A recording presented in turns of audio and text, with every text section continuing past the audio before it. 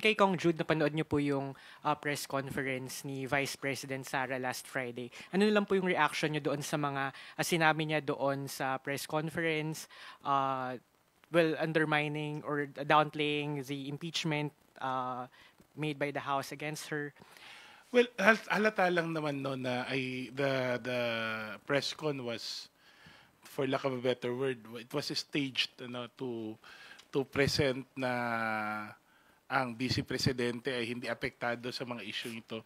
Pero the fact na ganun ang nangyari sa press con, klarong they're trying to divert the narrative and making sure that this is not affecting her in any way. Pero hindi naman ho ito issue kung hindi naman ito usapin na pwedeng ipasawang bahala na lang kasi ito po'y hindi lang usapin ng mga politiko. Katulad niya ng sinasabi ko, hindi ito laban naming mga politiko na pro or anti sa kanila. Ito po'y usapin ng pananagutan sa bayan. And I think that should be the message na dapat sana sinagot ng pangalawang pangulo. In all of these accusations, ano bang level of accountability niya bilang pangalawang pangulo ng ating bansa? Ano ba ang tugon niya dun sa mga ni-raise na mga accusations dun sa articles of impeachment? At hindi ho natin narinig yon. Pilit pong dinadoutplay, pilit iniiwasan, pilit pinapakita na ito lamang ay isang sabi nga pang persecution dun sa kanila sa ating pangalawang pangulo, which of course now that it has reached the impeachment it will soon reach the impeachment court, no? Hindi lang ito usapin ng politika.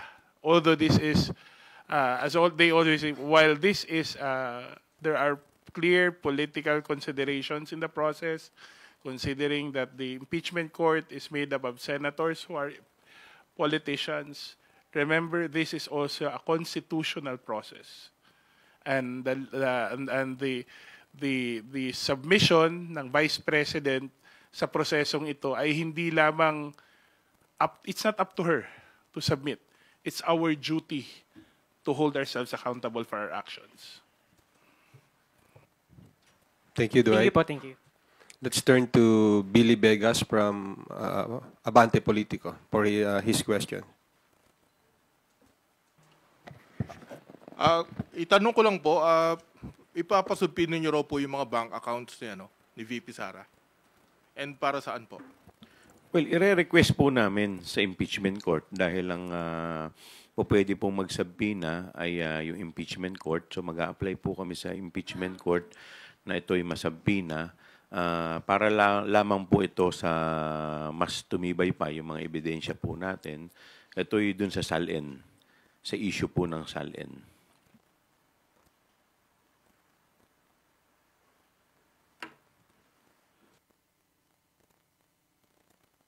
Go ahead.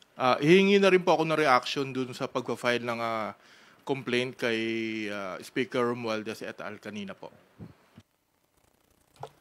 Well, malaya hong mag-file ng cases no ang ating etong petitioners natin kahit yung mga kasamahan natin sa Kongreso.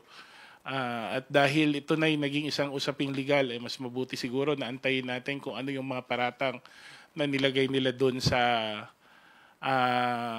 petition nila. But kung ako ho ang tatanungin nyo, ito po'y klarong diversion lamang sa mga issues. Kasi kung iisipin mo, ang tagal na nilang pinag-uusapan yung budget, bakit ngayon na nila naisipan mag-file ng cases pagkatapos na i-transmit ang impeachment sa Senado. So clearly there is an effort to downplay the move of the House to transmit the impeachment to the Senate and also divert the attention ng ating mga taumbayan ukol sa totoong issue na dapat sagutin ng kabilang kampo.